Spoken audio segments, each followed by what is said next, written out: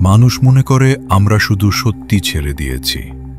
সে ছিল মাত্র 4 বছর বয়সী, যার মূল্য ছিল $100 মিলিয়ন, এবং যে আয়রন অর বহন করতে পারত, যা এম্পায়ার স্টেট বিল্ডিংয়ের ওজনের চেয়ে বেশি। তবুও এক শান্ত জুলাই সকালে তাকে 150 কিলোমিটার সমুদ্রপথে টেনে নিয়ে যাওয়া হলো। তার ভ্যালভ খুলে দেওয়া হলো এবং তাকে ধীরে ধীরে আটলান্টিকের তলদেশে পাঠানো হলো। মানুষ মনে করে যে একটি জাহাজ ডুবিয়ে দেওয়া নাটকীয়, কিন্তু কখনো কখনো এটি বড় ধরনের বিপর্যয় থামানোর একমাত্র উপায়। প্রতি ঘন্টায় সে যখন সে প্রবাহে আটকা পড়েছিল, তা $1 মিলিয়ন ক্ষতি করছিল। আমাদের কোনো বিকল্প ছিল না, কোনো জলদস্যু ছিল না, কোনো টর্পেডো ছিল না, শুধু কাগজপত্র, সই এবং এক চূড়ান্ত সিদ্ধান্ত: ডুবিয়ে দেওয়া। সাগরে কখনো কখনো মহাসাগরকে বাঁচাতে জাহাজ হারানোই একমাত্র উপায়। এবং তারপর 2020 সালের জুলাইয়ে তাকে ইচ্ছাকৃতভাবে আটলান্টিকের তলদেশে পাঠানো হলো।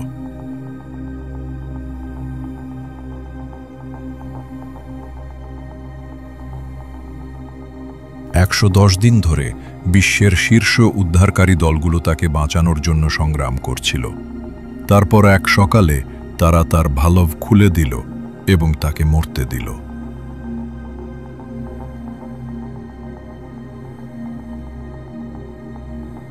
আজ আমরা স্টেলার ব্যানারের অবিশ্বাস্য ভাগ্য নিয়ে আলোচনা করব, যা 2020 সালের শুরুর দিকে দশকের সবচেয়ে নাটকীয় সামুদ্রিক কাহিনীতে পরিণত হয়েছিল। কি ভুল হয়েছিল? কে জাহাজ ডুবানোর সিদ্ধান্ত নিয়েছিল? এবং আপনি কি একই কাজ করতেন? সবকিছু ঠিক ছিল বন্দরের থেকে বের হওয়ার সময়।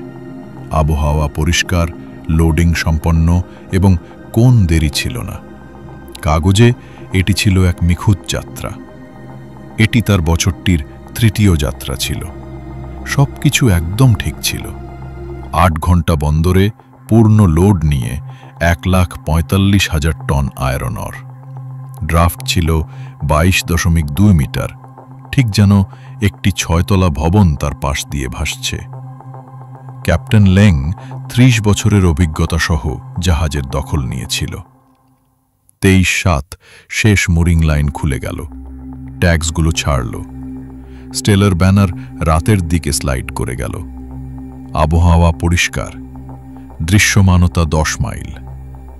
চ্যানেল এতটা ভালোভাবে চার্ট করা ছিল যে এটি যে কোনো মানুষকে অবহেলা করতে বাধ্য করত।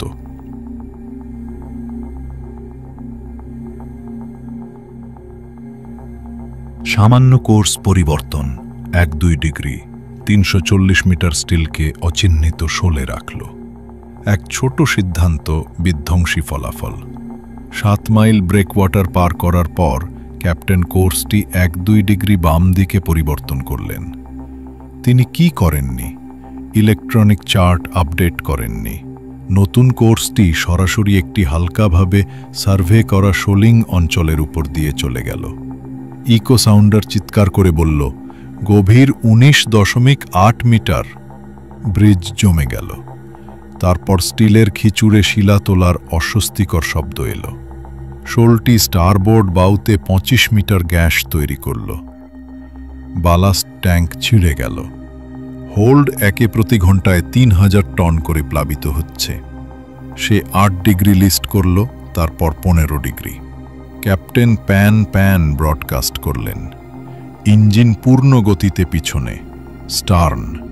রাত 12টার মধ্যে অ্যালার্মগুলো হাঁকাতে শুরু করল, ধোঁয়া উঠতে লাগল। 3:24 মিনিট 20 জন ক্রু সদস্য জাহাজ ত্যাগ করলেন।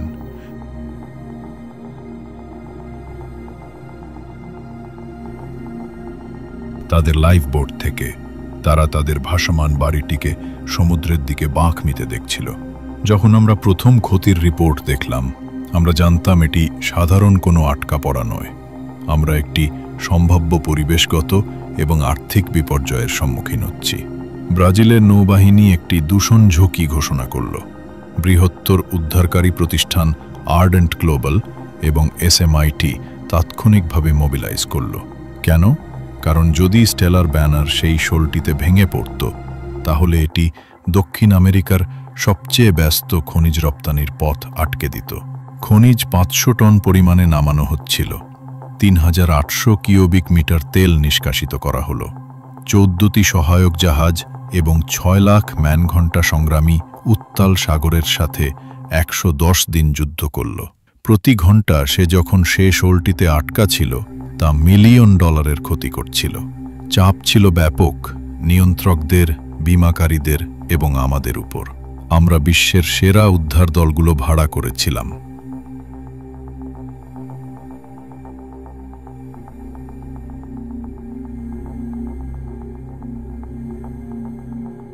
তারা তাকে মুক্ত করেছিল, কিন্তু যখন আমরা তার কাঠামোগত স্ক্যান দেখলাম তখন বুঝতে পারলাম আর কোনো ফিরে আসার সুযোগ নেই।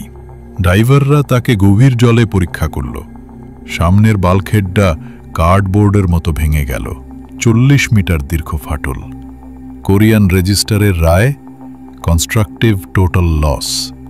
অনুবাদ, এটা মেরামত করার মতো নয়, তা নিরাপদ নয়। এশিয়াতে স্ক্র্যাপ করা অসম্ভব। কোভিড-19 লকডাউনের কারণে যাতায়াত বন্ধ হয়ে গিয়েছিল। তাকে মহাসাগর পাড়ি দিয়ে টেনে নেওয়া ছিল এমন একটি বাজি যা মধ্য আটলান্টিকে বিপর্যয়ে পরিণত হতে পারত। তার সমাধান, তাকে নিরাপদে সমুদ্রের গভীরে ডুবিয়ে দেওয়া।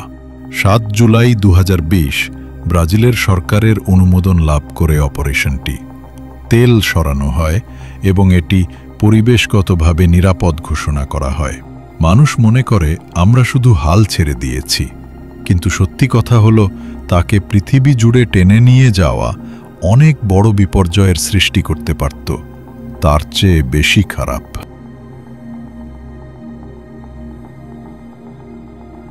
ভোরে উদ্ধারকারী দলগুলো পাম্পগুলি বিপরীত দিকে চালু করল।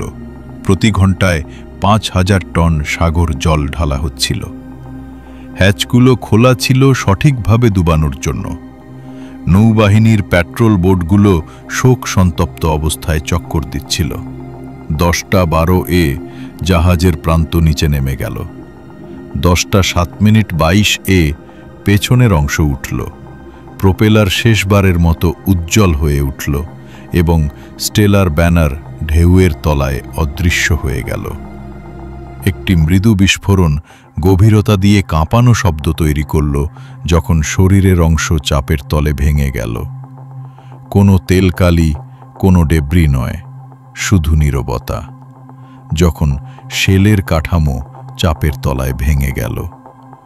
কোনো তেলকালি, কোনো ধ্বংসাবশেষ নয়, শুধু নীরবতা। এবং বুদবুদগুলোর একটি ট্রেইল নীল সাগরের দিকে ধীরে ধীরে মিলিয়ে গেল। এখন সে সোজা হয়ে সান্ত্বনা নিয়ে বসে আছে গভীর সমুদ্রের তলায়। একটি $100 মিলিয়ন রিফ যা কেউ পরিকল্পনা করেনি।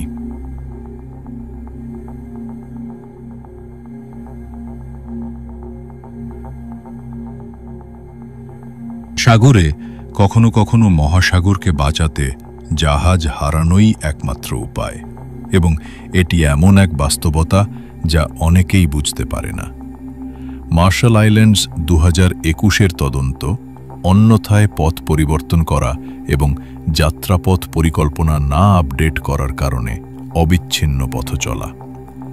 ক্যাপ্টেন লেং তার লাইসেন্স 1 বছরের জন্য হারিয়েছেন।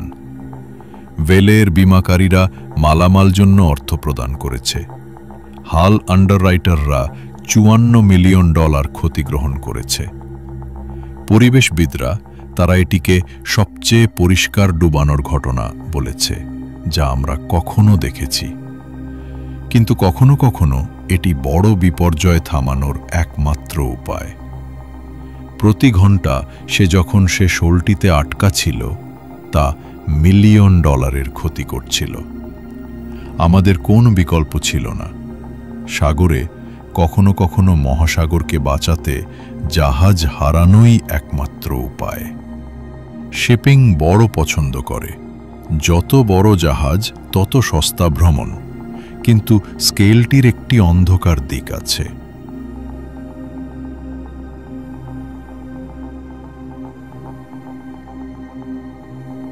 এক ছোট ভুল একটি বিলিয়ন ডলার মূল্যমানের অপারেশনকে স্ক্র্যাপ মেটালে পরিণত করতে পারে।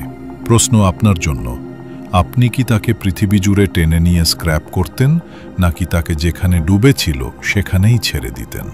আমাদের মতামত দিন কমেন্টে। এবং যদি আপনি আরও আশ্চর্যজনক, রোমাঞ্চকর, তথ্যবহুল এবং অদৃশ্য শক্তি ঘটনা শোনার আগ্রহী হন, সাবস্ক্রাইব করুন হিস্ট্রি অফ মিস্ট্রিয়ে, যেখানে ইতিহাস তাদের গোপনীয়তা দীর্ঘদিন ধরে লুকিয়ে রাখে না।